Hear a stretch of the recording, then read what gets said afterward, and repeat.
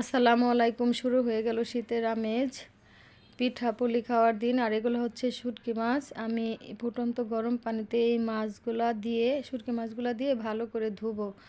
আর আমি আজকে বানাবো হচ্ছে চিতই পিঠা আর শুটকি মাছের ভর্তা। আমি গ্যাসের চুলায় চিতই পিঠাগুলা বানাবো। আমার সবগুলা পিঠাই একদম প্রথম থেকে শেষ পর্যন্ত একদম ফুলকো ফুলকো হবে। আর আমি শুধু চিতই পিঠাতে চাউলের গুঁড়া, লবণ আর পানি ব্যবহার করি, আর কিছুই না। তবু আমার পিঠাগুলো একদম ফুলকো ফুলকো হবে। যাদের গ্যাসের চুলায় চিতই পিঠা হয় না, তারা চাইলে কিন্তু আমার পেজটাকে ফলো দিয়ে আমার সাথে থাকতে পারেন। ইনশাল্লাহ কিভাবে আমি পিঠাগুলো বানাই, এইভাবে বানালে সবার পিঠাই আমার মতো এরকম ফুলকো ফুলকো হবে। ইনশাল্লাহ এই ভিডিওটা আমি দিব সামনে।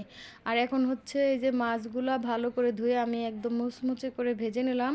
এরপরে রসুনগুলো একটু ভেজে, পেঁয়াজ কাঁচামরিচ এগুলো একটু ভালো করে ভেজে নেব। এরপরে এই যে চলে আসলাম বাটাবাটি করার জন্য। প্রথমে মাছগুলা আর শুকনো মরিচগুলো আমি একটু বেটে নেব। এরপরে হচ্ছে পেঁয়াজ কুচি আর রসুন এগুলো ভালো করে বেটে নেব।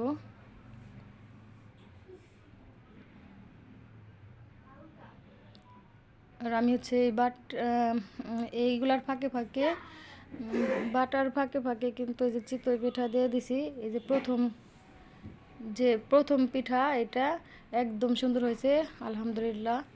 একদম ফুলকো ফুলকো হয়েছে। সবগুলা পিঠাই কিন্তু আমার এরকম ফুলকো ফুলকো হবে।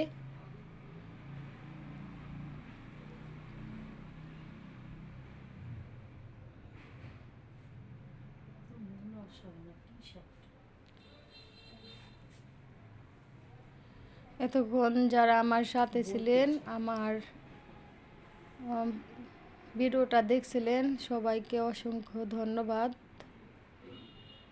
সবাই আমাকে সাপোর্ট করবেন, আমার পাশে থাকবেন। এই যে আমার পিঠাগুলা সবগুলো বানানো শেষ। সবাইকে অসংখ্য ধন্যবাদ। ভালো থাকবেন। আল্লাহ হাফেজ।